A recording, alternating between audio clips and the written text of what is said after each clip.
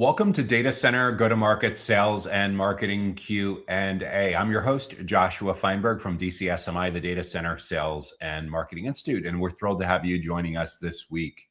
Each time we tackle a handful of the biggest sales and marketing challenges throughout the global data center, digital infrastructure, and critical facilities ecosystem, regardless of whether your company is a data center operator, such as a co-location, hyperscale, edge, modular, wholesale data center related provider, or perhaps your company does something in and around data center technology or data center facilities in and around the data center ecosystem, or maybe your company builds, constructs, perhaps you're in some facet of data center construction or real estate or investment, or maybe your team, maybe your company, maybe your organization is all about providing some kind of outsourced sales and marketing within the global data center industry. But regardless of what your company does, if you are on the go-to-market team, perhaps in sales, like as an account executive or business development or sales development rep, or maybe you're in post-sales, like in client success or account management or solutions engineering or something similar to that, or some facet of marketing, such as field or event marketing, content, social media, product marketing, digital marketing, thought leadership, or all of the above into some kind of Swiss Army knife roll. Or perhaps you're responsible for road mapping and product and innovation, or maybe your company has both a direct and an indirect playbook, and you're working on the indirect part in channel partnerships, working with like VARs, value-added resellers, managed service providers, integrators, master agents, or something like that. Or perhaps you are the executive sponsor, the leader, whose job it is to go out into the marketplace and recruit the best and brightest to give your team the best possible chance of crushing it as individuals, as teams, as a company in this amazing period of growth in and around the data center industry. If this is the first time that you're joining us for Data Center Go-to-Market Sales and Marketing Q&A, welcome. We're thrilled to have you with us. Let us know in the comments what you do in the data center industry. We would absolutely love to know. And if you've been with us before or you're a frequent flyer, welcome back. We are thrilled to have you with us as well. If you want to make sure that you get notified about upcoming educational events and resources just like this, be sure to subscribe to the Data Center Sales and Marketing newsletter. You can do so for free directly on the DCSMI website. So you get notified directly to your email inbox on Sundays. You can subscribe at dcsmi.com. So what is on the agenda for this week? What are the big questions, the big challenges that we're going to be talking about? First, we'll look at how to find new deals with large data center clients. Then we'll talk all about how to reach targeted data center decision makers with better message penetration. After that, we'll turn our attention to how to transition into a data center business development role. Right after that, we'll take a real quick break for a message from our sponsor. And in the second half of this week's show, we'll look at how to create a full funnel data center events program for lead generation, how to improve data center sales productivity by leveraging automation, and how to segment your data center leads based on life cycle stages and behaviors. If you have an idea for a topic or a question or a challenge that's top of mind for you, your team members, your coworkers across your organization that you think is a hot enough, important enough issue that we should address on an upcoming show, be sure to leave that in the comments on whatever platform you're watching on, and we'll add that to the consideration queue for an upcoming episode. So without any further delay, let's jump right into this week's first topic, this week's first question, which is, how do we find deals with large data center clients? That is a fantastic question, and it gets at the heart of what large is for you and the specifics around large, and how do you make sure that you're able to get your coworkers, your other team members, and other people throughout your organization to be on the same page with how you define large data center deals and what large data center clients and what it means to find the deals. So just to make sure we're covering the basics, we want to start with a super crisp definition of your ideal client profile. Where are these large data center clients located? Can they be located anywhere on the planet? or are they just located in one particular region of the world, such as the Americas or EMEA or Asia Pacific or something like that? Or maybe even that's way too broad. And maybe all of these data center clients need to be located within one particular continent or one particular country, or maybe even a region within a country. The geographic part of defining where these large data center clients need to be located for finding these deals is super, super important. And a lot of it has to do with the nature of your business model. Like, for example, where do you have capabilities to be able to market and sell and service effectively?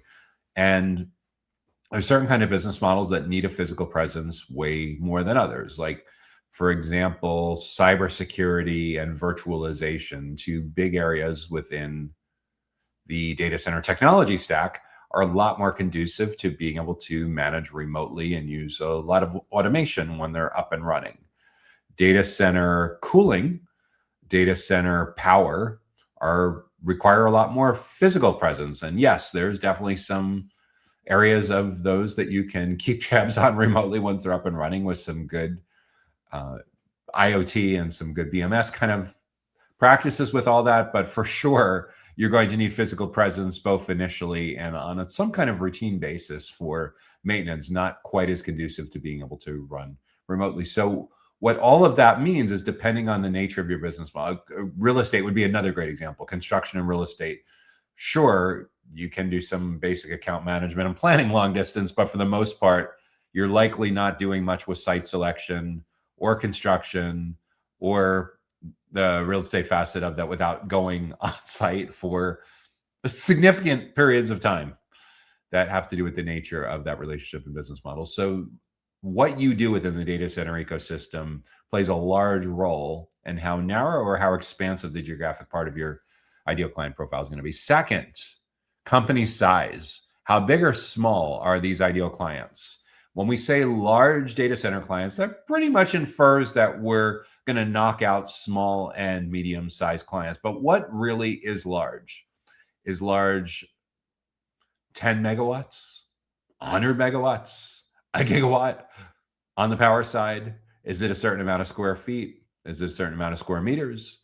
Is it a certain employee headcount? And for most go-to-market professionals, most marketers, most sales folks, you're typically running on marketing technology and sales technology and prospecting database that normalize around the number of employees, the number of full-time employees or headcount that a particular company has. So in the case of large data center clients, what is a large data center client? Is it a company that has at least 500 employees, or is that more like mid-market? Or is it 1,000 employees? Is that still mid-market? Is it 5,000 employees, or is just below that still kind of mid-market? Only you can define that. For a lot of companies, pretty unanimously, if you look at LinkedIn's definition with its brackets of like 10,000 plus, and that's the same database that regular LinkedIn and Sales Navigator and LinkedIn Campaign Manager, its ads platform, won't use that. LinkedIn is kind of the gold standard in our industry for the world's most trusted B2B professional networking platform. Pretty safe to say that LinkedIn sees a large client as 10,000 plus. Is that where your company draws the line? Or is a large client 1,000 plus or 5,000 plus? Again, I can't tell you exactly what the answer should be for your company or your team, but I can tell you without a doubt that before you go too far down the path of worrying about finding the right deals and nurturing the right deals and lead generation and targeting and brand awareness, get really, really clear on geographically where they're located and what large actually means. The third place to think about in your ideal client profile is, depending on the nature of your business model, industry can be extraordinarily relevant. Why in certain business models is industry extraordinarily relevant? Because in a significant amount of pockets within the data center ecosystem, especially among operators like colocation providers, hyperscale providers, edge providers, and various kinds of segments within technology, especially when it comes to the geographic location at the intersection of certain industries or business models or verticals, there are certain credentials, certain compliance requirements, certain certifications that kick in, especially if you work with highly regulated industries. So if your company wants to be doing business with healthcare, health tech, financial services, fintech, manufacturing, government, schools. There's very likely in your geographic region credentialing that needs to happen, investments that need to happen. If you have that, great. That's in your ideal client profile for finding deals in these large data center clients as a specific inclusion to focus on. If you know there are regulated industries where you're not going to be able to meet those requirements, and because of that, you're going to get disqualified really quickly, you want to list those in your ideal client profile as well as exclusions, because when it comes to cold outbound, when it comes to ads, prospecting, lead qualification, segmentation, those inclusions and those exclusions matter a lot for efficiency, getting on the same page, alignment, and getting the best deals, finding the best deals for these large data center clients. So get on that same page with what you're geographically targeting, what's the minimum size to be considered large, and are there certain industries that are a fantastic fit and certain industries that are just not a fit at all right now based on where your company is at with your current capabilities. That's going to allow you to build out your target account list. Depending on the size of your company, you may have various rules to use this to decide how you divvy out the assigned or named accounts that individual sales teams or individuals within the sales teams will work on.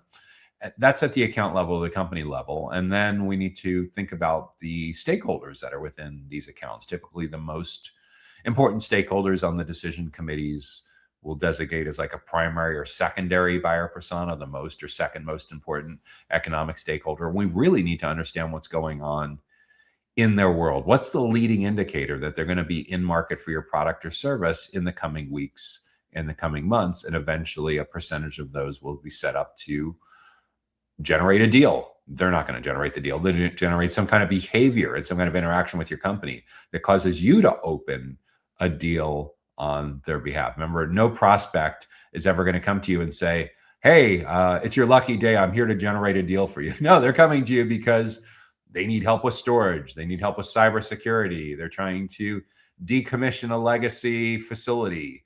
They need help with cooling. They need help with sustainability, efficiency, whatever it is. But rest assured, very few would ever come to you and say, oh, I'm sorry, we're a small business, so we're disqualified. We're probably too small. Nobody calls themselves small businesses unless they work for a government entity or a huge bank that doesn't understand how fragmented or segmented small businesses are. And rest assured, nobody comes to you and says, hey, it's your lucky day. I'm going to give you a deal.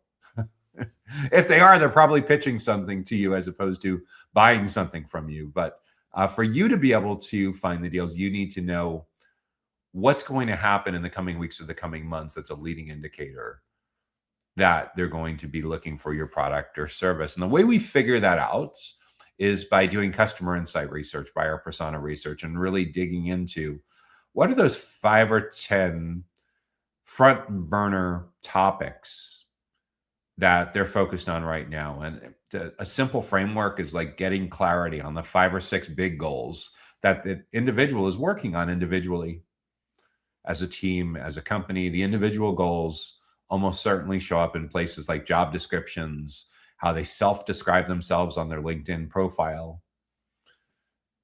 They'll for sure will show up in objectives and key results, OKRs, if their company runs on that kind of framework. But generally, people don't share those with you publicly. The only way you're going to get access to those is having a good trusted advisor relationship where they're willing to tell you what's really going on in the company as to what you're inferring from being a outsider. So that will help us figure out the goals. And then we need to know what they're struggling with most in your category.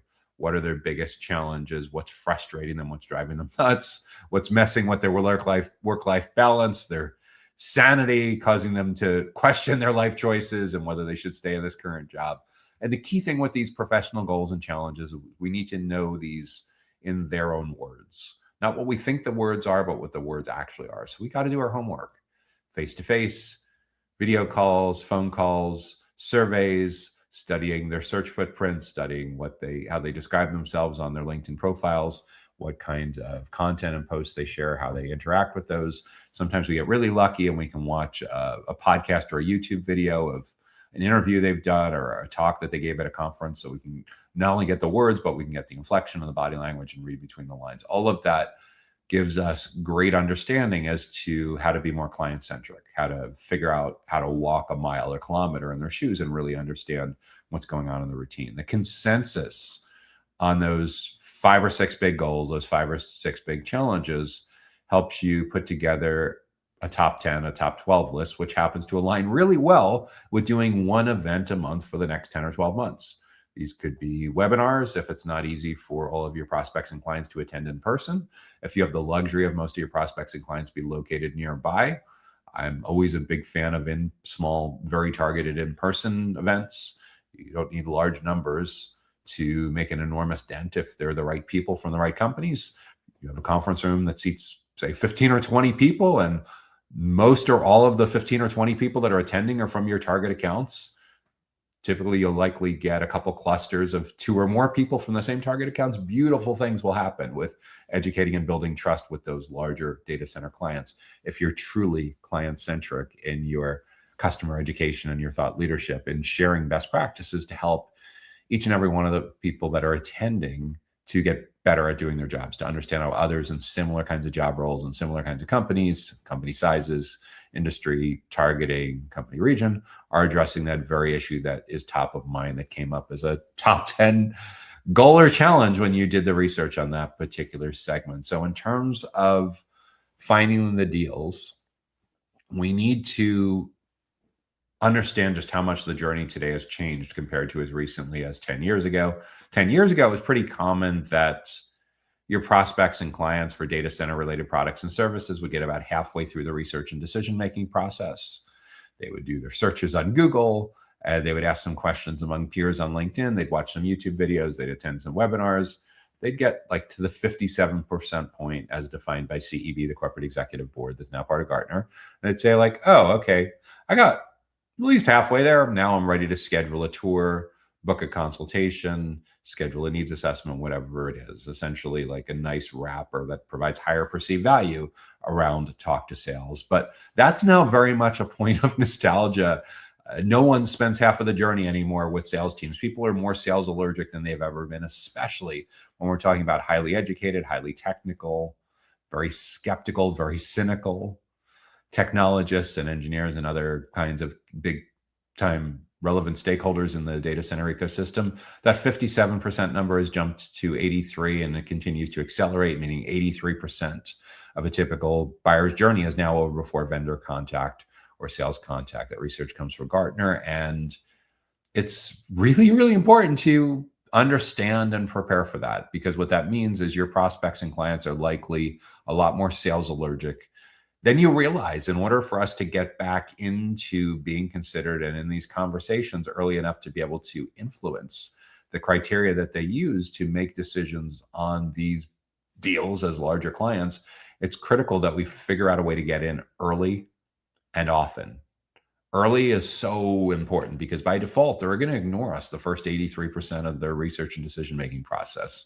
So if we're complacent and we keep doing things the way we've always done, best case scenario, we might be in there for the final 17% of the game, but that's not sufficient, because if you're sitting out the first 83% of the game, you're going to get trounced by one or more competitors who were smart, savvy, persistent enough to figure out a way to earn their way in early and often. How can you earn your way in early and often? A lot of it is navigating out of that vendor box, getting out of the vendor box and staying out of the vendor box so you're not seen as a commoditized provider. And in the most effective way to do this in nearly all situations is to reposition yourself to be seen as more like a teacher or a consultant, a subject matter expert, a trusted advisor, maybe even a thought leader. From a practical standpoint, what we're essentially looking to do is to get away from the vendor-focused conversations and invite the right people from the right accounts to attend and participate in great immersive educational experiences. Webinars, lunch and learns, breakfast seminars, after hours versions of training workshops. Essentially what we need to get all really, really good at is educating and building trust. So what we're looking to do is basically stand up a program that's so valuable and so hyper relevant to who they are and what's top of mind for each of these segments that they see your series And this isn't a one and done. It is a series. It's a monthly event. So we stay in there early and often. We want to be in on as many of those 28 touch points as possible between complete stranger and purchase decision. And a really good place to start is to have 12 events a year covering 28 of those surface area touch points. And the way that we earn our way in early and often is we need to be perceived as an integral part of your core buyer persona's learning and development, part of their professional development. So they're coming to you and your client-facing team members and whoever else you wrap into and invite into this great world-class educational program to learn best practices from you and your colleagues in such a way that it is so valuable, so remarkable, so hyper relevant that they can't help but want to bring their coworkers and their boss with them.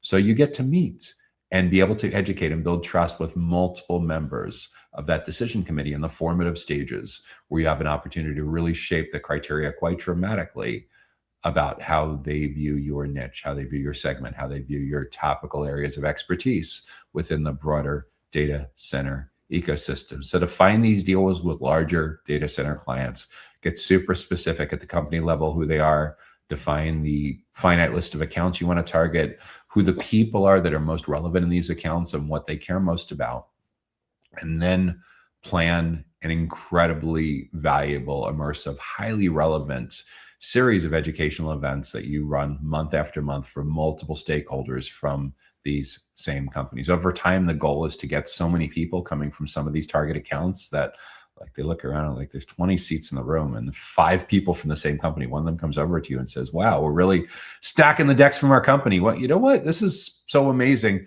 We're doing an offsite next month. Why don't you just come in and present to the whole company or present it to our entire engineering organization or IT organization? Because you've already won the 5 of us over. So this is when you really, really start to get the inside track on what's going on with this particular account. You've escaped the vendor box. You've guaranteed that you stay on the short list. You're starting to proactively knock competitive options off of that short list. And you're training them to know that when it comes to your category, that you have some of the smartest, helpful, most approachable people on the planet for helping this company address some of their biggest, thorniest goals and challenges that directly and indirectly relate to your category. So how will you find the deals? Because you're winning these folks over. You're winning over the perfect people. You're shaping their belief system. They're going around quoting your best practices and methodologies in internal meetings. They're using your PDFs, your tools, your worksheets to help organize this bigger picture initiative. And they for sure will be coming to you when it comes to talking about that bigger deal when it's a natural point. You can try to certainly accelerate it. What a lot of people will do from a practical standpoint is, let's say it's an in-person event, half hour when they first arrive for some little bit light networking and some breakfast or lunch. They'll have a 45 minute formal part of the workshop, class, session, whatever you want to call it. My advice on all of it is your slides, what you're talking about should be so over the top valuable for who they are and what they care about that you're super confident that if this was one of 50 sessions at a national or global conference, you're incredibly confident this would be in the top 5, and that you'd have a long line of people standing online to talk with you after your session was over, and that you'd have one of the 5 highest rated sessions at the entire event. You're highly confident in all of that. And then, obviously, because it's small group, you can make it very participatory. You give a chance for questions and answers at the end. And for anyone that wants to take the tour, see the demo, learn more about your product or service afterwards, of course, they're there. It's a fantastic time to make it a little bit more about yourself, but early on, over deliver on being seen as a teacher, a consultant, a subject matter expert, a trusted advisor, and a thought leader. Provide massive amounts of value that make them be like, wow, I learn more today than I do most of the time when I fly across the country or fly across the world to attend a conference that takes me and my colleagues out of work for several days. And like, this was only just a couple of hours and it's the next town over, or they attended on a webinar or what have you. But that's the general impression that you're looking for. And that's how the deals will find you, because you're digging the well before you're thirsty. You're educating and building trust. And most of all, you're getting the most important people at the most important accounts that you're targeting to spend a significant amount of their discretionary time learning from your client-facing team members. Now, what happens when you exhaust your available internal subject matter experts? Well, they don't all have to be internal subject matter experts. They can be contractors, they can work for vendors, they can be consultants, they can be channel partners. Again, like in a perfect world, your account executives and business development reps and marketing folks can run these events just purely based on their own institutional knowledge and industry expertise. If they don't have it, well, they move into like concierge, moderator, host, like TV interview kind of panel discussion. That's another great thing too that a lot of people overlook, is depending on the nature of what you do, a super interesting event format that you could use from time to time is inviting 2 or 3 representative clients, 3 or 4 representative clients, 2, 3, 4 representative channel partners, whatever is relevant to this buyer persona. And you have 8 or 10, 12 prepared questions that you ask each of them. And some of them will agree, some of them will disagree. There'll be some counter discussion back and forth between the people that are on the panel. And if you target the right attendees versus the people that are on the panel, wonderful things will happen with being able to educate and build trust with the right people in the right places at the right time in a way that makes those folks know that you are the go-to option when it comes to anything and everything having to do with their needs within the data center ecosystem. So that's what I'd be focusing on 100% for finding the right deals with larger data center clients, is get that ideal client profile really dialed in, get a really crisp target account list, do your homework, spend the time to build out your buyer personas, because that's going to have a massive impact on the relevance of your event calendar for the next 12 months. And then go recruit your internal and external subject matter experts that can give a great 30, 45-minute talk on each one of those 12 topics. Have a good registration landing page, some good bullet points on what they're going to learn, a nice like 1 or 2 minute video of what they can expect to learn, have them register and execute repeatedly over and over and over again. Again, we need to get in early and we need to be in there often. The early part is getting out of the vendor box, stop looking like a car salesperson or insurance salesperson. No disparagement meant for that. But we want to make sure that we're seen as a trusted advisor and an expert, not just someone that's pushing a SKU or trying to get a deal on the deal board. Because in the world we live in now with the self-driven buyer's journey, if you're just selling a transaction, if you're just reading the website to them, if you're just reading slides to them, not good. They don't need you. ChatGPT has won that battle.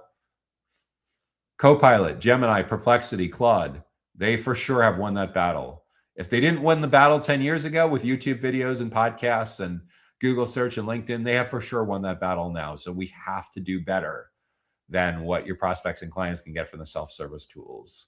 And the way we do better is hyper relevance, extreme value. So we're seen as part of the professional development and learning and development time that's put aside consistently by the right people in your target accounts. That's what I would 100% be focusing on when it comes to finding deals with large data center clients. If you're getting good value so far from this week's Data Center Go-to-Market Sales and Marketing Q&A show, be sure to help spread the word by hitting the like button. Okay, what is up next? What's our next topic for this week?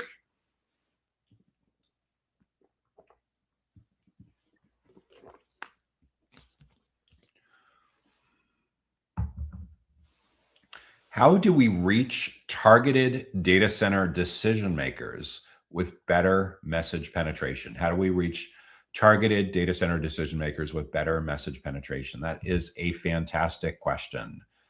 And it's an especially good question because I see so many people that lose before they start with this because they're sending very selfish, wishful thinking messages as opposed to sending very client-centric, prospect-centric messages. The reality is 5 years ago, a lot of outbound was very focused on diving immediately into how wonderful you are and how quickly you can get them to book time on your calendar with very selfish asks. So you take a complete stranger that's never heard of you and your company before. You're thinking that you're agitating something pouring some salt on the wound, and that your call to action is going to immediately get them to be like, oh, wow, this was so amazingly relevant that I'm going to book time on your calendar. And that might happen with low single digits if you're lucky, maybe not at all. But the reality is, okay, what next level looks like today, it isn't just that there's email deliverability issues. It isn't just that people's email boxes are more overloaded than ever. The LLMs, the generative AI, has now introduced that new version of that with way more messages. And it starts with the bootlicking and the brown nosing by giving them compliments that are hyper relevant to something that you scraped off of their LinkedIn profile. And they see that over and over and over again. So they know you're up to something. So again, the level of suspicion is still quite high, even if you think that the tools are allowing you to send 600 messages a day instead of 60 messages a day. And again, if you annoy enough people, you might eventually get very low single digits that are curious enough to kick your tires. But they certainly don't see you as a trusted advisor at this point. They're certainly, in that context, not looking to you as someone that's going to educate and build a trusted advisor relationship with them. So the question is, like, how do we reach them with better message penetration? The better message penetration largely comes down to understanding how much buyer habits have changed. What do I mean by changed? Well, it used to be that in the kind of Web 2.0, 10 years ago framework, it was very common to find that as mobile device adoption really started to take off and social media really started to take off, and it became super easy to do voice searches using search engines on people's phones and this instant gratification. So it was quite common at the time that depending on your ideal clients, depending on your target buyer personas, you could count on the fact that by the time people get to you, that they've done a fair amount of homework.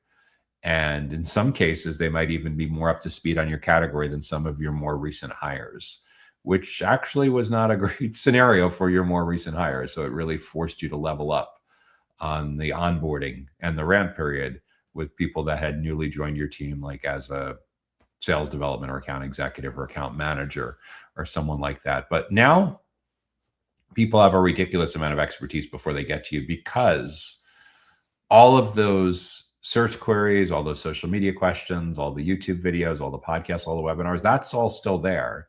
But in the last couple of years, we've added a whole new level of immediate gratification. The generative AI tools like ChatGPT, Copilot, Gemini, Perplexity, Claude, Grok. And what that allows people to do is to go way faster. They don't have to ask a query anymore and go through 10 blue links and try to figure out what's going on. No, they can get answers immediately. 7 by 24 by 365. And this is a lot of competition for attention with your core personas. So how, in this kind of environment, how do we reach them with better message penetration? Well, what's ending up happening is relevance is more important than ever. Client centricity is more important than ever. So when it comes to these targeted decision makers, we really, really have to know who they are and what's going on in their world. So make sure that you're really tight on the basics with your ideal client profile, like, you know, how big or small their company is, because that makes an enormous difference a lot of times on how their sophistication level with different tools and categories, whether one person is doing 5 jobs, whether it's 5 separate teams or 5 separate departments, the level of budget, the amount of integration, some kind of feature sets that are unique to enterprises that you typically wouldn't see in small and medium-sized businesses. And some of this overlaps with the things that your product manager would care about. However, they also play quite large in whether your messaging is going to land and resonate and truly penetrate and cut through the noise. So this is something, message penetration, using the right words, understanding exactly what to say at the right time. This is something that's hugely important for both marketing and sales professionals and full journey sales professionals, from the folks that are early on, like your SDRs, your BDRs, your account executives, and people that are even post-purchase, your account managers. Having a really good feel for who they are and what's top of mind for them is incredibly important.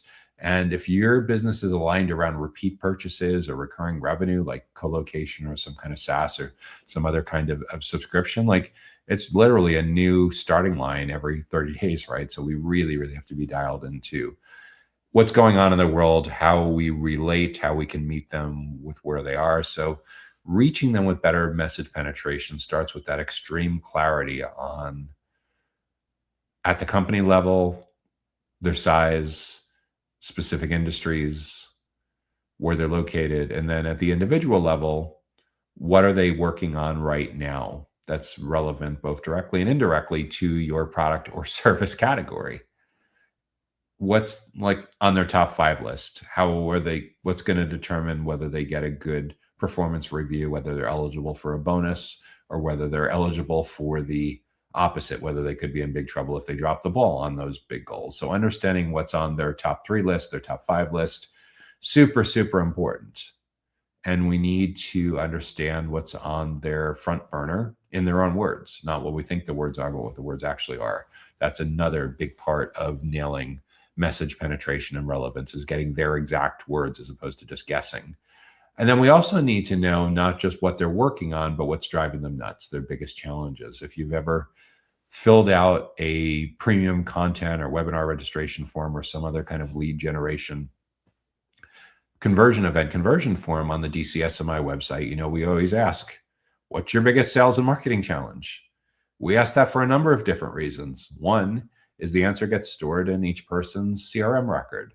So for individual outreach, or when we're having individual conversations with people, we know in their exact words what their biggest sales and marketing challenge is. Second, when it comes to targeted decision makers and understanding the full decision committee, when you start to get several people from the same company downloading your ebook, your report, subscribing to your newsletter, registering for your event or your webinar, and all of a sudden now you have 5, 10, 20 people from the exact same company that have written in, what's your biggest liquid cooling challenge? What's your biggest cybersecurity struggle? What's your biggest issue with, what's your biggest struggle with data center decommissioning, or whatever your particular product category is. So not only are you able to understand individually what each person cares about in their own words, but you can look and see, like, what's the consensus among the same company, especially those that are on the decision committee. Are they largely saying the same thing, or are they all over the place? And whether they're aligned or whether they're the opposite of aligned, completely misaligned, that's super important for you to know. In a self-driven buyer's journey, a lot of being successful as an account executive is about helping to be a fantastic project manager that helps your internal champion proactively drive alignment across all of the most important stakeholders on your internal champion's team and other relevant stakeholders within that particular company. And the challenging part for you, and the opportunity at the same part, is there are certain kinds of categories of stakeholders in these companies who will weigh in on your initiative that you will never get to meet, because they flat out refuse to meet with salespeople. They flat out refuse to meet with vendors, but they definitely weigh in. And a lot of product categories and a lot of companies, these may be stakeholders in finance. These may be stakeholders in legal. These may be stakeholders in compliance. So to the extent that you are able to create thought leadership content that allows your internal champion to get buy-in in situations where you're never going to get face time with that particular person, it is incredibly important to get you out of the vendor box. There's all kinds of research that validates over and over and over again why thought leadership is the major unlock with this. LinkedIn does an annual research study with the PR giant Edelman every year. And in the most recent incarnation of that, they found that there's a 95% lift in outbound being effective when you're seen as a thought leader. There's like over a 50% lift in companies going to bat with you going to bat for you in an RFP, a request for proposal, request for quote kind of situation, when they see you as a thought leader. Overwhelming ability to reach hidden stakeholders, silent stakeholders that don't normally show up in any of these exploratory meetings. And it's all driven by being seen as a thought leader. Overwhelming evidence that thought leadership content is way more impactful, like 70% more impactful than traditional marketing and sales materials. So reaching the targeted data center decision makers is recognizing that the buyer's journey today is so different than it used to be. People very sales allergic, doing tons of research on their own. The risk aversion also makes it such that even if you get a warm introduction to the decision maker, If you haven't met with the decision makers, team members, with their direct reports and built consensus, there's a very, very, very high likelihood that the decision maker is sending you back to repeat the grades that you skipped, almost like school, right? Having to repeat. I think about the silly Adam Sandler movie, Billy Madison, where he wants to take over his father's chain of hotels. I don't know if it was inspired by Marriott or Hilton or something like that, but his father is a tycoon, a magnate that owns a very successful hospitality business, hotels. And Adam Sandler, Billy Madison, is this character that's skated by school by his father, basically bribing the teachers to pass him and give them acceptable grades. And now, as a grown-up who's in his 20s, 30s, the father and his advisors don't feel very confident turning the hotel business over to Billy. So he makes a deal with him that if he goes back and repeats every grade between kindergarten and 12th grade all the way through high school, that he can get the hotel. So in true silly, goofy Adam Sandler fashion, like, yeah, if you've never seen the movie, it's a cute movie, go look it up on Netflix. But the whole idea is that if you manage to get to the decision maker and you haven't done the hard work of building consensus among the members of the decision committee, remember, there is no decision maker anymore. It's decision makers plural. And the decision makers plural are the members of the committee. This is why account-based marketing, account-based selling, account-based experience, whatever you want to call it, targeted accounts, getting multiple people from the same company learning with you putting yourself in a position where you can educate and build trust with multiple stakeholders from the same company, is so incredibly powerful for reaching the decision makers with better message penetration. So at the end of the day, it's all about providing value and being seen a lot more like professional development, learning and development, teachers, professors, consultants, subject matter experts, trusted advisors, more than just commoditized vendors. The better job you do at that, with being able to earn your way in early and often with the right people, the right places at the right time, and most of all, in the right context, the more successful you'll be with reaching these targeted decision makers with better message penetration. Again, from a tactical perspective, I've mentioned repeatedly the value of, like, in small, highly targeted in-person events like lunch and learns and breakfast seminars and webinar series. Again, series is super important. This isn't one and done. They're going to go through a lot of touch points between stranger and purchase decision. We want to make sure that we're with them all throughout the way.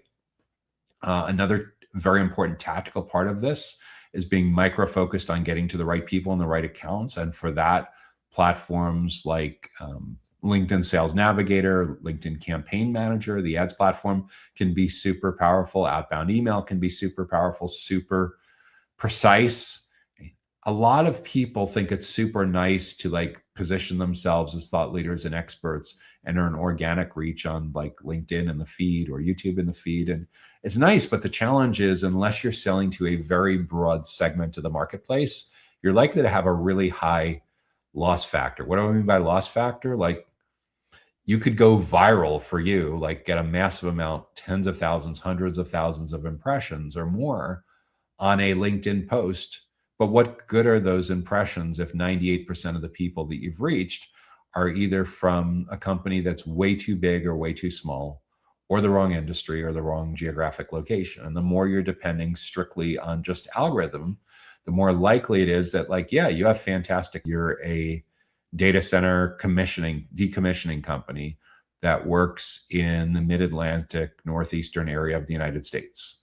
So occasionally you might flex and be able to do some really large, unusual jobs throughout the United States. But is it really helpful to get inbound leads from Singapore or from London or from Rio de Janeiro or whatever? It's like, yeah, it's a nice ego stroke to know that people are hitting the like button and commenting and you're getting people reaching out. But are you really in a position to do data center decommissioning deals on the other side of the planet when it's even a little bit of a stretch for you to do those on the other side of the United States? So there's a loss factor geographically.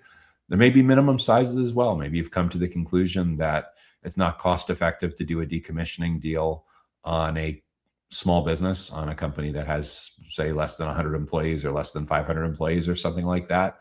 And there may be certain industries as well, by the nature of what you do, where you're either included or excluded based on a match between credentialing and certifications that you have versus the nature of their particular business model. Heck, like a bank or a hospital is going to be a lot more careful about how they dispose of data than someone that owns a clothing store, right? or a dog grooming business or something like that. So get really, really clear on that ideal client profile. Get really clear on your service capabilities. And that's a huge part of targeting, is recognizing that the organic reach alone, whether it's organic search, organic social, organic YouTube, whatever it is, you'll need a massive amount of traffic to offset the fact that only a very small percentage is qualified. But the central idea of why account-based marketing got so popular over the last decade or so is that hyper precision of here's 100 accounts, 500 accounts, 3,000 accounts, whatever it is, that we've handpicked that are a perfect fit to be a future client. And we're selling big enough deals that we can afford to really, really invest a lot of resources going after trying to generate and nurture leads and develop sales opportunities with this particular list of 100 or 500 or 3,000 companies or whatever it is in your particular situation. So that's the reaching, that's the targeting, and the better message penetration is all about value and relevance. The way we figure out the value and relevance is incredibly high levels of client centricity, what's going on in their world, and how we can position our client-facing go-to-market team members to be seen as essentially part of our ideal clients, our targeted buyer personas, professional development and learning development process. We should actually have educational experiences that are so good that they're starting to dial back on paid training that they either travel to or have purchased through learning management systems or courses in the past, because what they're getting from you is so incredibly valuable that they just don't need those anymore. And the cool part is when you're providing so much value that you're monopolizing their available free time for learning and development and training development, they don't really have a lot of time to pay much attention to your competition anymore. So you're kind of taking away the oxygen supply from competitive options.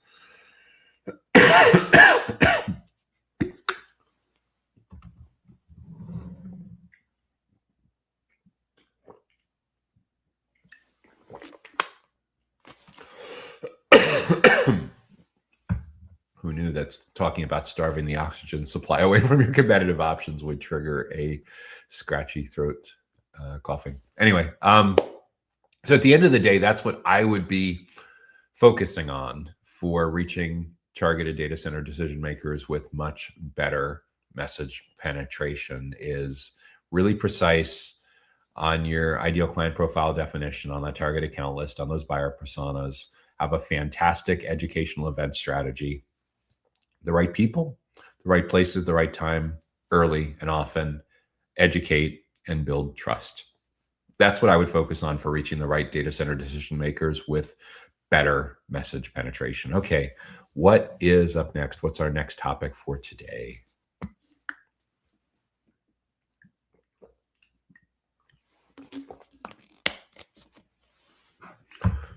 This is an interesting one. So the data center ecosystem is organized into data center operators, technology companies, facilities related companies.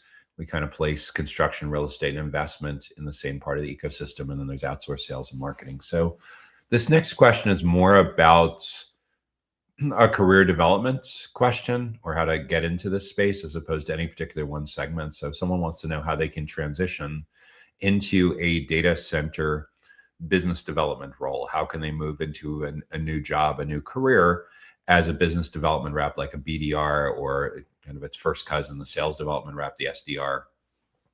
We actually get this question quite a bit, because right now, especially the data center industry is going through such a period of amazing growth that there's a lot of companies that are hiring pretty aggressively for sales related jobs like this. And the most common transition that we see into this kind of roles is by coming into this from an adjacent perspective. Like, for example, I interviewed someone on the Data Center Go-to-Market podcast a little over a year ago who had worked in telecommunications, worked for telecommunications carriers for the first 10, 15 years of his career.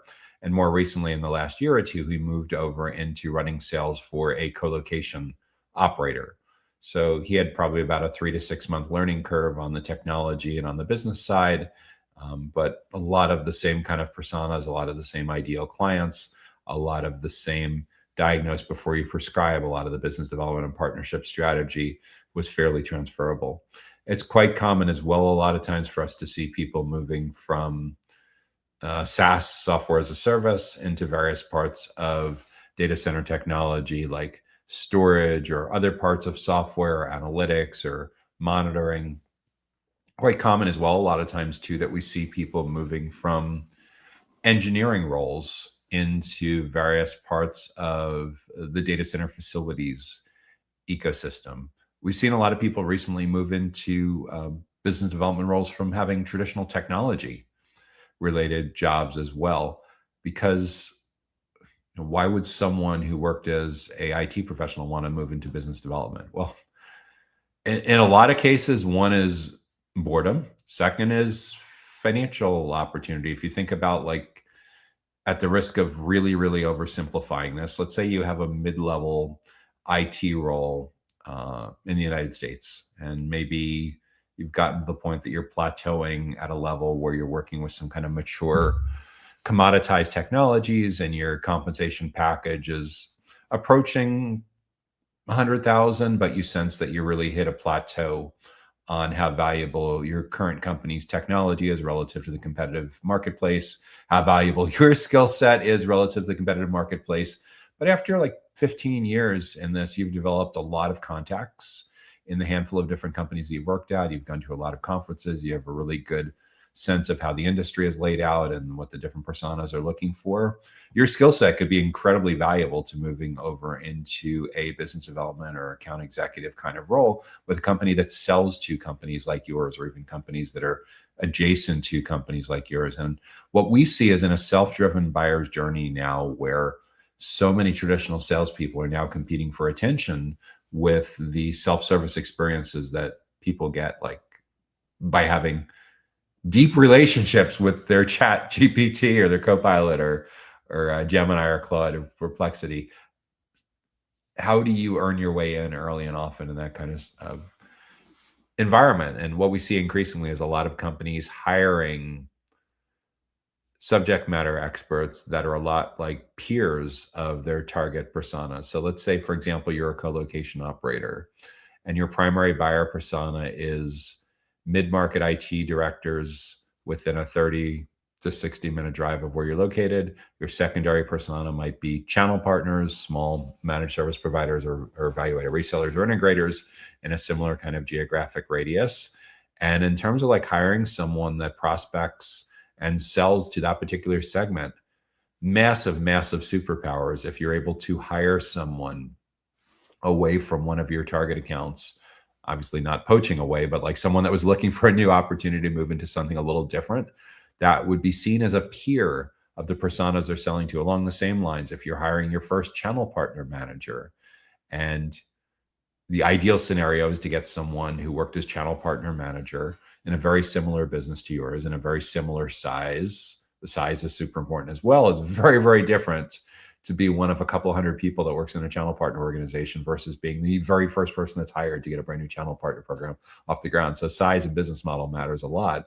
But absent that, the next best thing is someone that worked in a soft skills or client-facing role at the kind of channel partner that you'd want to recruit to come be part of your channel partner program. So we see a lot of this going on throughout IT professionals and engineering professionals and construction professionals, is people hiring people away from the client side to be able to have superpowers, as being seen more as trusted advisors and consultants and subject matter experts, as opposed to traditional vendor salespeople who essentially are just reading slides or reading the website. So they're seen more as consultants and seen more as peers. And I think that's a lot of transitioning into a data center business development role in a world where people have instant answers with ridiculous amounts of depth and volume because of these generative AI tools. It's more important than ever that the client-facing team members on your go-to-market team be technical enough that they're seen as peers by their prospects and clients. Like if you're calling, for example, on chief technology officers, you don't necessarily, to have that relevance, in a perfect world, if you worked as a CTO or an IT director or something like that at the most senior level of a similar size company, of course, You're going to have words are going to be super next level, but it's usually more than sufficient if you would have worked as a report or a second or third level report somewhere in an organization like that, so you understand exactly how that functioned. In other words, like, you don't have to have gotten senior enough in an enterprise company where you reported directly to the CTO. But if your boss's boss reported to the CTO, and from time to time there were town hall meetings quarterly or annually, and you frequently saw the emails and the playbook and the progression plan, and some people that you work with advanced to levels where they were either closer to direct reports or second level reports from that, you understand what it was like in that particular organization. And if you've worked in a number of companies like that, you also understand kind of the lay of the land, and you have a lot of street cred with understanding and empathy and client centricity. Again, this is the future, and in a lot of ways the present, of what sales looks like to be able to thrive in a world where so many of your prospects and clients have become really self-allergic to sales. They just don't want to spend a lot of time with sales teams anymore, but they will spend time with their peers. If they weren't willing to spend time with their peers, you wouldn't see the data center conference ecosystem growing like gangbusters, and they still need to learn. The reason why companies keep investing aggressively in reskilling and upskilling and retraining and workforce development and learning development and professional development. So to the extent that you can capitalize on both of those issues, the desire to spend time with peers and the desire to learn, you are fantastically well positioned to move into transition into a data center business development role, where you're the one who is the coordinator, the concierge, the tour guide that brings together all of these very valuable thought leadership, content, educational resources that you curate and moderate and bring together for your most important buyer persona. So, needless to say, with transitioning into a data center business development role, you're brand new to the data center industry. It's going to be quite some time before you'd likely feel comfortable getting up in front of a classroom or conference room and giving a 30 or 45-minute talk to your personas on something that's technical that you've never worked on before in earlier stages of your career. But if you have worked on something in earlier stages of your career that's hyper relevant to something they care about, and that's at least somewhat relevant to your company's commercial interests, yeah, you're likely one of the speakers. But it doesn't stop there. It really requires a deep understanding of those big goals and challenges, using those 5 or 10 big goals and challenges to map into 5, 10, 12 big topics for your monthly series, your monthly educational series. And to the extent that you can cover some of them individually and build the slides and give the talk, that's great. To the extent that you need to pull in coworkers, colleagues, solutions engineers, product managers, your CTO, your director of engineering, whatever it is that's hyper relevant to cover the gaps on some of these topics, this is super important. If your company is getting to the point where they're frustrated that a lot of your prospects and clients don't take your company seriously, and there's condescension and ghosting and jerking around and bickering on price and terms and everything, it's largely the same usually root cause is they don't see you as trusted advisors and experts. Your brand is no longer just about aesthetics. Your brand isn't just about the logos and the hexadecimal colors and the fonts and everything. Your brand is what the marketplace says about you when you're not in the room. And given that you're locked out of the room for the first 83% of the buying journey now, it's incredibly important to figure out a way to get back into the room. The way to get back into the room is to get out of that vendor box, stay out of that vendor box, and instead be seen as the teacher, the consultant, the trusted advisor, the subject matter expert, perhaps even the thought leader. And depending on what you did before you're transitioning in your career, before you're transitioning into this data center business development role, you may be part of that, part of the thought leadership team that presents this great content, or you just may be someone that identifies that there's these 10 or 12 topics that we want to cover really, really well. And you start asking around your coworkers and your boss and everything, who in the company knows this topic really well. And as long as there's good leadership buy-in, which in a small company likely means your CEO buys into the value of this, it shouldn't be a huge ask to get someone to plan on dropping in for 30 or 45 minutes once or twice a year to give a talk on something that's super top of mind for them. It's likely they may already have a deck for a similar talk that they've given at an industry association or in some kind of customer education context, or if at the absolute minimum, as you being the coordinator with all of this, the point person on these educational events, you go to them and say, okay, this is the topic. We dug a little more with some representative clients. These are the 5 or 6 big questions they want to know about. Can we set up time for coffee or lunch to brainstorm about this? So you go and you take a Google Doc and record it or whatever, however best you work, and you coordinate this. And whether it's you building the slides or you bringing along a colleague from marketing to help support by building the slides, you take the subject matter expert, you build the slides, and you get together with them a couple of weeks before and say, hey, based on what we talked about last time, I sent you the slides a couple of weeks ago. Did you have a chance to look at them? What do you think? You're like, yeah, it looks pretty good. I would change this one and this one and that one, but other than that, we're good to go. So, it's a different go-to-market than what you really needed to do to be competitive 10 years ago. But for sure, this is the competitive battleground. And it's a huge part of being successful transitioning into a data center or business development role. I think for a lot of companies going forward, they're going to be even retitling people across sales and marketing teams to have titles in email signatures and titles on their LinkedIn profile and titles on their business cards that are more value focused. So in other words, like, let's say, for example, your company is in the liquid cooling business.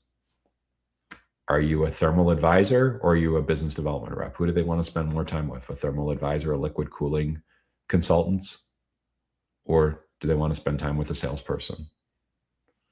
And just being realistic here on their perception. Again, you're selling in many cases to highly technical IT professionals and engineers and developers and operations folks. And the better job you do with leaning into what's top of mind for them, the easier a path that you're going to have to be able to build the know, like, and trust, to educate and build trust. So that's what I'd be thinking about for transitioning into a business development role. If you're coming in as less technical, be prepared to level up and upskill. This started coming up in spades with people in sales and sales leadership roles with co-location operators about a year or two ago, where they're setting up like home computer labs that look like mini data centers in their home office to be able to tinker with and learn on and experiment with on nights and weekends.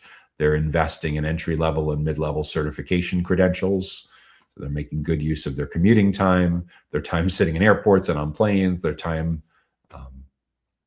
at the gym where they can put stuff in their ears and listen and absorb this. They're making really good use of that to level up on their technical skills and credentialing, because at the end of the day, being seen as a peer of your target prospects, your target future clients, is so incredibly impactful. I don't even really believe that this is a nice to have anymore. I think this is a really important part of the competitive playbook. And you're at a really severe disadvantage if you're continuing to sell and continuing to do business development the same way you did 10 years ago and aren't really tuned into the reality of how much these buyer preferences and expectations have changed. We need you to be able to provide more value than your prospects and clients can get from a conversation with ChatGPT. Are you prepared, or is there some serious work to do?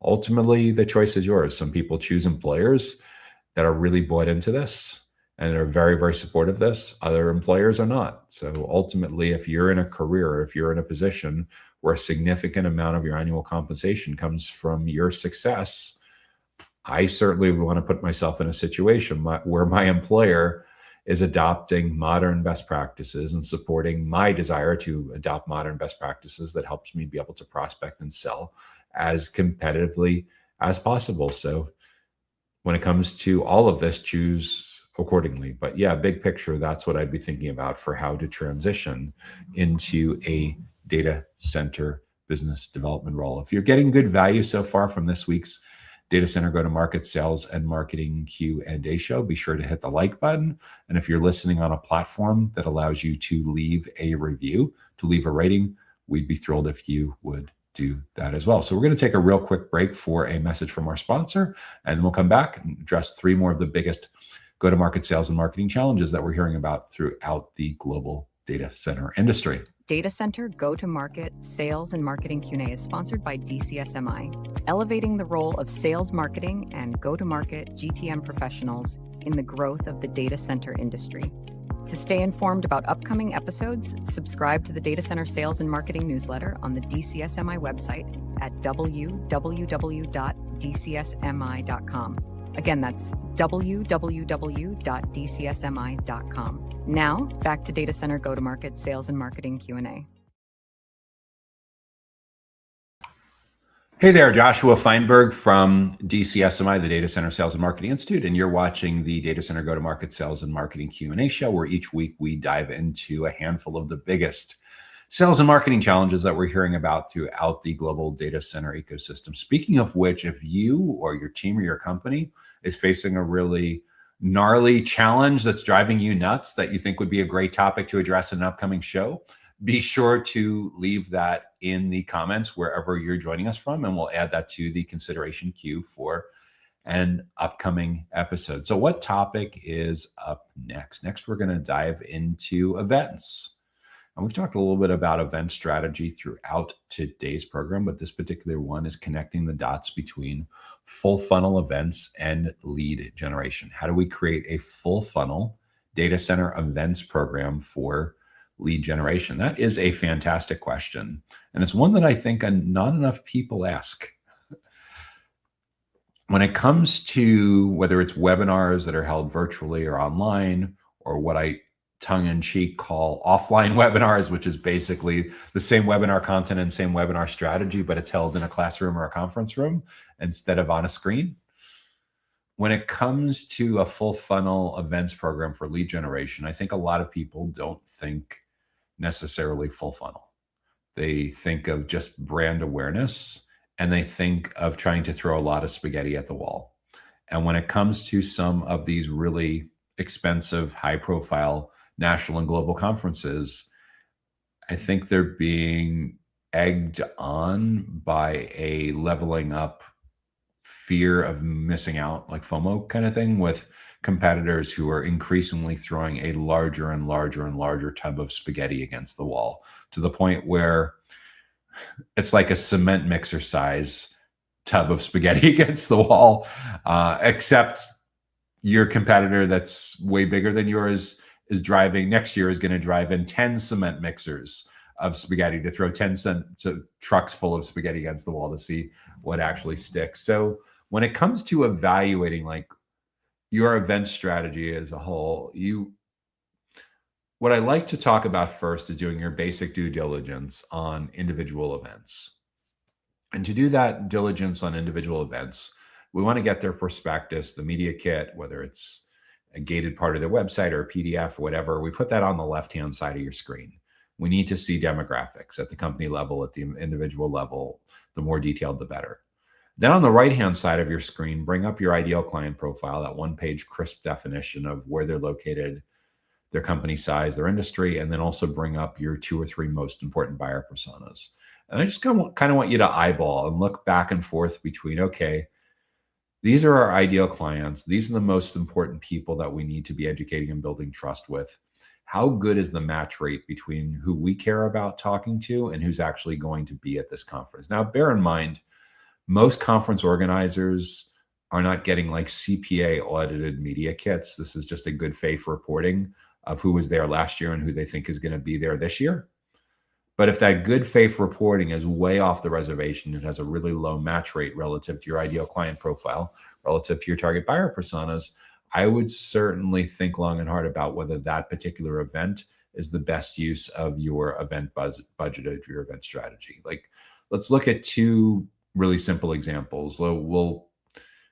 In one particular case, you perceive that when you look at their demographics against your ideal clients at the company level and individual stakeholders at the people level, you perceive that this particular conference is probably at least an 80% match rate. That's great. I would go forth and continue to participate in that conference. I'd like to ideally recommend that you participate in a way that you can educate and build trust, which means you need to figure out a way to earn your way in as a speaker who either keynotes or leads a breakout session or is on a panel in some way that you're being able to educate and build trust from the stage. That usually represents like the top 3% of attendees. Like, there's 2,500 attendees that are there, 75 speakers. So 75 out of 2,500 is 3%. In addition to those 75 speakers, the speakers are bringing along a mini entourage, usually on average of 2 people from their company. So that's another roughly 150 people, 150 ride-alongs with the speakers and 75 speakers. So 225 out of 2,500 attendees, roughly 10%. So roughly 10% of the conference is in a position to either being the one that's educating and building trust or being able to capitalize on a boss or a coworker that's educating and building trust. Another 10 to 20% of the people that are at the conference, another roughly 250 people, maybe as many as 500 people are there because of their booths. Their company is exhibiting or they're sponsoring. There's some kind of commercial interest in them being at the conference, which means that they're looking to capitalize on the goodwill and the traffic and basically the fumes that are created by the speaker at these particular events. So they set up their booth, spending anywhere from modest amounts to obscene amounts and usually everywhere in between to have an amazing presence for those 8, 12, 14 hours or whatever it is that the expo floor is open. And if the conference organizers do a good enough job of making it nearly impossible to be at the conference without being on the expo floor, if there's great food and there's a great open bar and some entertainment and stuff, then hopefully you'll get your small slice of the pie among the other 100 exhibitors that are there. So in the 120 minutes that person spends on the floor, when you divide those 120 minutes by 100 booths evenly, hopefully you get your 80 seconds of FaceTime with the right person in the right kind of context. But yeah, I mean, it's challenging to be able to educate and build trust in this kind of environment when it's so overcrowded. And the other 80% of the people at the conference, those are probably a huge percentage of your coworkers just fall in that camp where they're either neither speaking nor exhibiting. They're just there to attend. And usually the reason they're there to attend is to network with peers, learn, and see what's new. And in theory, you could do a lot of networking with peers. A significant percentage of the people are typically going to that conference to network for their future job, like job searching on their employer's expense account. We can debate the ethics of that all day long. In terms of learning, yeah, there could be some great sessions for you to learn. You could also learn from watching a lot of podcasts and attending webinars and doing a lot of self-study without necessarily 3,000 to 5,000 or your local currency equivalent, and essentially what usually works out to 2 to 3 weeks out of the office. What do I mean by 2 to 3 weeks out of the office? Well, 3-day event, depending on how far away it is from where you're located, could be as much as 8 hours of travel or more, 12 hours of travel or more. So that 3-day event really becomes a 5-day event. You're pretty much out of commission for an entire week. A couple days before you're going to be out of the office, you're scrambling around, running around, trying to get everything caught up so you can afford to be out of the office for the next week.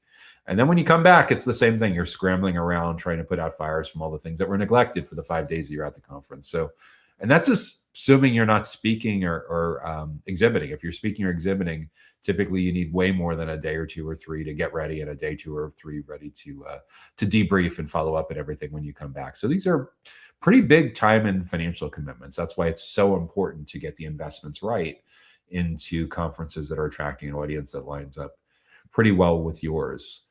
What I see across the board on a global basis is that companies have completely forgotten about their ability to host some of their own highly targeted events, and instead are putting 90% plus of their events budget into renting attention at someone else's events. And the renting attention at someone else's events, again, can work out really well if there's a great ICP match. But if there's a bad ICP match, like only 10 or 20% of the people at that event line up with your ideal client profile, your targeted personas, you may be better off standing in front of a shredding machine with big piles of currency. It'll maybe less frustrating, certainly less time out of the office for doing it. And I don't actually advise doing either. Going to conferences that aren't a good use of your time or budget, that don't match up well with your goals, can be pretty frustrating. And rest assured that if your CFO caught you destroying currency in front of a shredding machine, I don't know whether they're calling security or tackling you or referring you for psychiatric help or all of the above. But yeah, I'm not a big fan of either. But there are some great conferences for you. It may be that there's like 20% that are totally big green lights. There may be another 20 or 40% of what you're currently doing that are good, but proceed with caution, like an orange light. And there may be a good 20% that are big red lights that you should just fire, for lack of a better word, and move on and reallocate those resources either to conferences that are better fit, or what I'm actually a bigger believer in is hosting your own events. Because when you host your own events, you get to decide exactly who gets invited.